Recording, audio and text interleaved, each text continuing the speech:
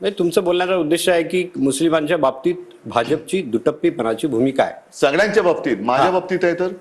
म्हणजे मी जेव्हा त्यांना हवा होतो तेव्हा मोदींनी, तेव्हा मी गेलो होतो ना दिल्लीत, तेव्हा मला म्हणजे त्यांनी सांगितलं होतं की अब बाला साहब तो नाही रे, मैं उद्धवजी से सलाह मशवरा करतो. आणि आता मला ते नकली संतान म्हणतात. अच्छा, त्याच्या ते नकली संतान बोलतात हे तर तुम्ही बोलले होते मध्ये. आता मी तुम्हाला एक बाईट दाखवतो. अमित शहा इथे येऊन तुम्हाला 5-5 प्रश्न विचारतात. उद्धव जी आप कहाँ बैठिएगा. मी त्यांना नाही, हे प्रश्न जे आहेत ना ह्याचा आजच्या निवडणुकीशी शेतकरी जो आत्महत्या करतोय त्याच्याशी अमित शहाचा काय संबंध आहे. आप 370 हटाने के विरोध करने वालों के साथ बैठे. हा, एक मिनिट पॉज करा. 370 कलम हटवताना शिवसेनेने त्यांना पाठिंबा दिला होता. हे जर ते विसरले असतील तर त्यांनी अमिताभ बच्चन किंवा महाभृंगराज किंवा ब्राह्मी तेल डोक्याला लावावं की त्यांची बुद्धी ही तैल बुद्धी राहील. आणि त्याच्या पुढे मला सांगतो, सोयाबीनला भाव नाही, कापसाला भाव नाही, दुधाला भाव नाही, शेतकरी कर्जबाजारी झालेला आहे, बेरोजगार झालेला आहे, सगळे उद्योग गुजरातला का नेत आहेत ह्याचं उत्तर त्याने द्यावं. पण हे सगळे जे जीवन मरणाचे प्रश्न आहे त्याचा 370 कलमाशी संबंध काय. काय संबंध. 370 कलम हटवलं, तुम्हाला रोजगार मिळाला. 370 कलम हटवलं, तुमचा शेतमालाला भाव मिळाला. 370 कलम हटवलं, तुमच्या मुला मुलींची लग्न होत आहेत. 370 कलम हे काश्मीरसाठी योग्य आहे. आणि ज्या वेळेला मोदी आणि शहा या नावाची माणसं या भूतलावरती अस्तित्वात आहेत, अमित शहा आणि नरेंद्र मोदी, हेही जगाला माहिती नव्हतं. त्यावेळेला काश्मीरमध्ये जे हिंदू पंडितांवरती अत्याचार होत होते तेव्हा एकमेव हिंदू हृदय सम्राट शिवसेना प्रमुख बाळासाहेब ठाकरे होते. त्यांनी काश्मीरी पंडितांना महाराष्ट्रामध्ये आसरा दिलेला. या लोकांना काय माहितीये.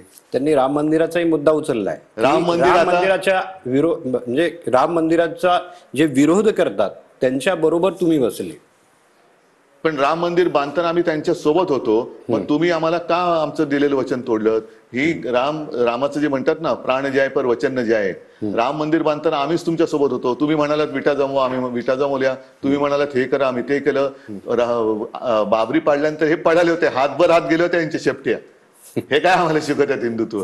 हातभर म्हणजे कुठपर्यंत गेले असतील शेपट्या बघा. नाही, त्यांचा आक्षेप आहे की तुम्ही काँग्रेस बरोबर बसले आणि काँग्रेसने काय काय केलं. म्हणजे बाळासाहेबांबद्दल ते बोलतही नाही चांगले शब्द. बरं ठीक आहे, हे चंद्रबाबू बरोबर काय बसलेत. चंद्रबाबूंचा जाहीरनामा पाहिलात. नितीश कुमारांबरोबर बसले, जे संघमुक्त भारत बोलले होते. बरोबर आहे.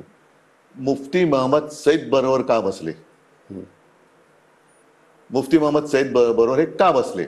म्हणजे ह्यांचा सत्ता जिहाद जो आहे तो चालतो. हा सत्ता जिहाद आहे. हा सत्ता जिहाद आहे की काही झालं तरी चालेल, आम्ही करू ते पूर्व दिशा आहे. हे नाही कोण आम्हाला पूर्व दिशा दाखवणार आहे. आता मागच्या ज्या लोकसभा निवडणुका होत्या त्यात आता तुम्ही सत्ता जिहाद बोलले, ते वोट जिहाद बोलले होते. तेव्हा वोट जिहाद होता. आता कटेंगे तो, आता बटेंगे तो कटेंगे. आणि एक आता त्यांची सगळी फटेंगे झालेली आहे. आणखीन काय त्या शब्दाचा आणखीन मला अर्थ विचारू नका. नाही, मी ते विचारत नाहीये. मी बोलतो की तो त्यांचं काय दाखवण्याचं आहे की तुम्ही हिंदुत्व सोडलं आणि ते कट्टर हिंदू आहेत. नाही, कट्टर हिंदुत्व वगैरे हे जर असेल तर त्यांनी चंद्रबाबूचा जाहीरनामा मान्य आहे की नाही हे सांगावं. नितीश कुमार बरोबर तुम्ही कसे बसलात ते सांगावं. बरोबर आहे. अशा अनेक गोष्टी मी त्यांना सांगतो. पहिलं म्हणजे नवाज शरीफचा केक का खाल्ला हेच त्यांनी सांगावं. मोहन भागवत जामा मशिदीत का गेले हे त्यांनी सांगावं. बरोबर आहे. आता ह्या सगळ्या गोष्टी जर का पाहिल्या ना, ह्याचा महाराष्ट्राच्या निवडणुकीशी संबंध काय. म्हणजे आजपर्यंत तुमचं कर्तृत्व काय. 10 वर्ष तुम्हाला दिली. 10 वर्ष म्हणजे कोंबडीचं अंड सुद्धा किती दिवसात उगतं. यांच्या 10 वर्षात काहीच उगलं नाही. 10 वर्षात काय उगवलं यांनी. काय दिलं देशाला. गळकं राम मंदिर. राम मंदिराबद्दल ते बोलतायत. आता त्याचे वरचे दगड बदलतायत. गळकं राम मंदिर दिलं, गळकी नवीन संसद दिली, पडणारे पूल दिले, रस्त्याला तडे जाणारे रस्ते दिले. बरोबर आहे. उंदराचे लेंड्या असणारा आनंदाचा शिधा दिला. 2 कोटी लोकांना नोकऱ्या मिळणार होत्या, एकही लोक मिळाले नाहीये. शेतकऱ्याचं उत्पन्न दुप्पट होणार होतं.